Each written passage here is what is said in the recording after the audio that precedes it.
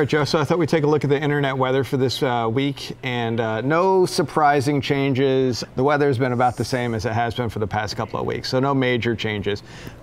This is the most probed ports in terms of volume. A lot of these ports we talk about all the time: Telnet, SSH, a lot of the IoT stuff scanning, Microsoft SQL Server jumped up 2 spots here.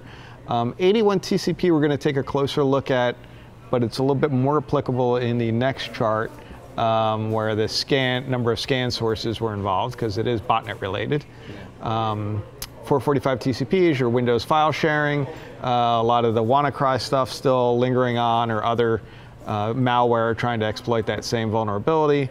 5555 TCP we talk about a lot. We're going to look at this also, but more so with the botnet related activity, because this is that Android debugger port. Web, you got your remote desktop protocol, and then lastly, the one that we will take a look at in terms of sheer scan volume is 8545 TCP, which is that Ethereum wallet. So in terms of the most sources probing, the ones we're going to kind of focus, well, we'll talk about a few here. I put some ticks next to some of the ones that we're going to take a closer look at. But 8080 TCP, we've talked about the past few weeks now. That is related to the GPON router vulnerability. And there is a lot of activity there, but nothing remarkably changed. And actually, none of these has really changed a lot. They're all basically exactly the same where the position they were before, except 21 and 22 switch places. So the top 10 really has not changed in terms of most sources probing. So it's not a really big change. We're going to take a look at the Android one, and we're going to take a look at 81 TCP, and I'll explain why that is. FTP shows up in here as well. We talked about that as well. I didn't get a chart on it, but there are actors, bad actors out there looking for open anonymous FTP servers that they might be able to dump malware on in hopes that somebody else will take it and run it, or even the owner of the thing. Maybe it's a Windows server that's running FTP. They might browse and click and run it or something. There's one particular actor who likes to do that. So this is the activity for port 8545, which is the Ethereum Geth program. Geth is the name of the software that's a digital wallet. And there was a vulnerability that came out sometime last year, I think it was, that would allow you, or allow an attacker, if this was exposed to the internet, to steal their cryptocurrency, their Ethereum cryptocurrency, out of their wallet. It's not a lot of sources doing it, but they kind of consistently been hovering around 100 million scan flows per hour. You can see, like, when you see these really constant levels here, these steps that are, it usually means that there's not a lot of individual sources, but they continuously scan all the time at a pretty consistent rate. And that's what we're seeing here. There was an event that occurred, this is from June 13th, so only about a month or month and a half ago, that $20 million was stolen via this method. So they actually mention here, the hackers were scanning IP addresses to see if they had port 8545 open. Port is used by Geth to communicate with the Ethereum network, and there is a vulnerability there that allows you to steal the digital currency from people who expose that to the internet, which I would not recommend. So here's the Android debug bridge. We talked about this one as well on the show before. There was a recent spike here that we're pretty sure is related to the Satori malware family. The Satori malware family, it's kind of a next generation derivative of Mirai.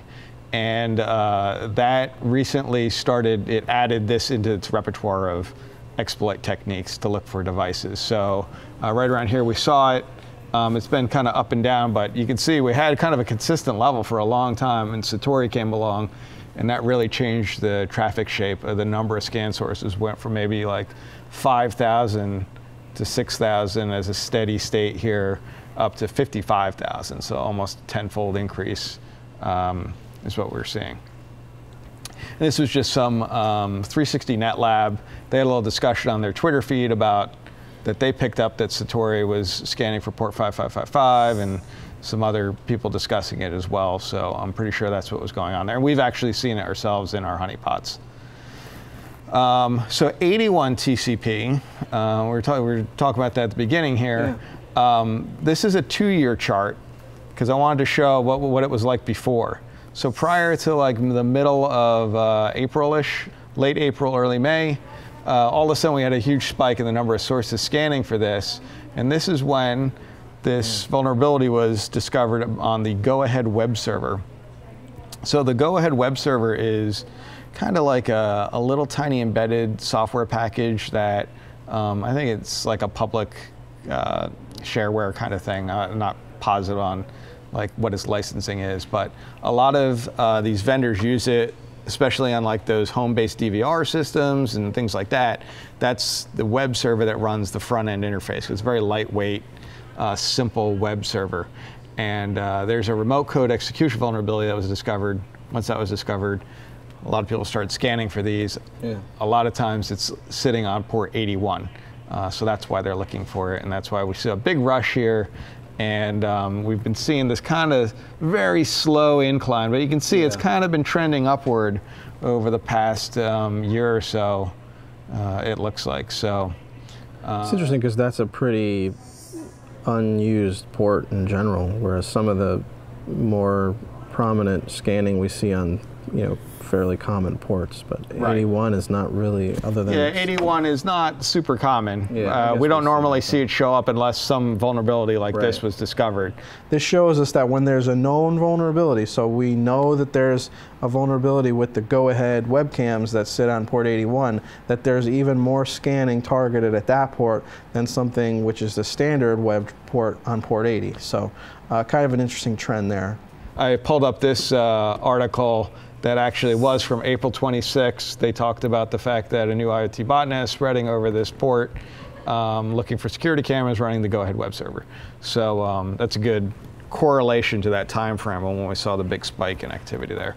And it's been continuing. There's a lot of other actors that have added this in to their malware to scan for this port and do this exploit. It's another really simple one to do, as long as you have the resources to scan the internet at large and try to find these devices.